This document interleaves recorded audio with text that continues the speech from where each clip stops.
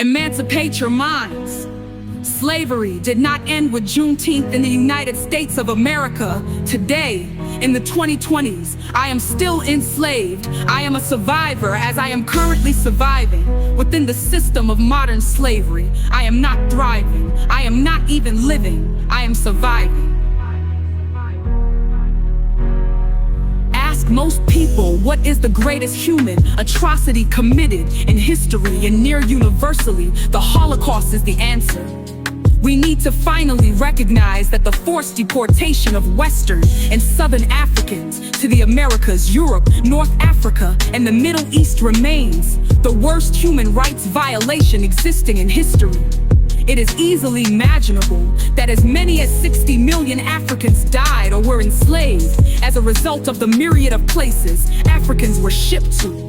For context, it is estimated that Hitler killed 6 million European Jews and about the same number of several other ethnicities, including the Roma, an almost universally ignored but historical fact. Black Germans were amongst the first victims of the Third Reich. While the rhetoric on the radio and in speeches was strictly anti-Semitic, German blacks were stripped of any forms of citizenship they had, disallowed any educational opportunities, relegated to the legal status of genetically flawed humans, fired from jobs with even medium prestige, stripped of the right to marry or procreate with white Germans, forced sterilized en masse, and in some cases removed from homes if considered too high quality. While the enslavement of Africans due to the color of their skin was new to the concept of slavery overall, it was not Western Europeans who created the concept. Prior to using Africans, Western Europeans heavily benefited from those of Slavic origin for their slaves, giving the term slave its historical root. Arabs began enslaving Africans earlier than 6'5" to 2 Dane, and it continues today. Though this may be controversial, as it is hotly denied, modern slavery is complex and nuanced when compared to how it originally existed. It's easy to visualize shackles, plantations, slave markets, and brutality, as opposed to how it has morphed throughout history. It is no longer a legal system, but institutionalized into the social fabric of our culture. Our historical education seeks to minimize the level to which slavery was necessary to the building of America as a nation and why it is still considered needed today. Most importantly, it seeks to erase the existence of as well as societal impact of modern-day slavery, breeding generations of children raised into fundamental ignorance of slavery, both past and present. Slavery was partially ended on January 1, 1863, with the Emancipation Proclamation. Texas did not comply and kept their slaves until June 19, 1865. This is still celebrated today as Juneteenth as the recognition of the functional end of slavery. It was officially and nationally made illegal with the ratification of the 13th Amendment to the U.S. Constitution on December 6, 1965.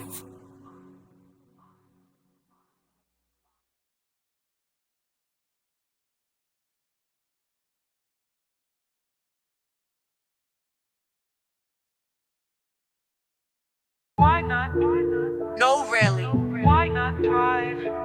How many genocides in this world? How many of us on this planet live with not only current but generational trauma? Why is any one of them more important than the other? It's not about that. It's not a competition to see who has it worse. We all do in our own ways. Do we need a perfect world to thrive and not just surviving? Is that a necessary component of the concept of thriving? Do we need to have zero oppression in order to achieve it? 70% less 50%, what level would we be happy with? I'm asking because I'm exhausted as a black woman in America. America, land of the free. So long as you're not anything I represent, that hurts me to even write it down. Sigh. Thrive, thrive. We're here and we're alive. Thrive, thrive. Heal the trauma inside.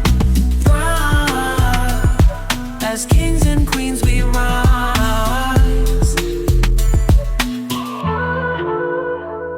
Are blacks all all over the world look down upon as less. Yes, are we? Hell no. Why can we say so with such certainty? Because we are kings and queens, and not just in title, but in the strength of person and constitution in ways this planet doesn't yet understand, quite willfully. It only fears and so reviles and seeks in any way possible to degrade and put down. But by any means necessary, we survive. We always have, and we always will. Thriving is possible.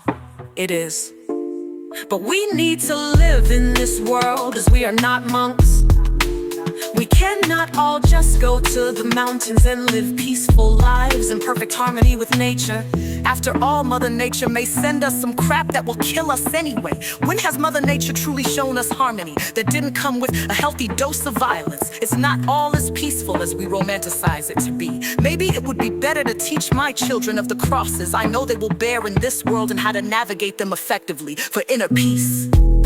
Maybe that's how we truly break generational traumas, breaking the cycle, not by cleansing the world, but by understanding that the world isn't our business until we've cleansed ourselves of the need to. I'm not saying that we should do nothing to make the world a better place. Of course not. What I'm saying is that we need to be at a place of peace first. And that peace doesn't come from a perfect world. It comes from within, right in the midst of the societal hurricane or social tornado. It comes from a place so deep within ourselves that the outside world has no influence upon. It comes from a place of understanding that the external circumstances are irrelevant. What's important is that we come from a place of love. Thrive.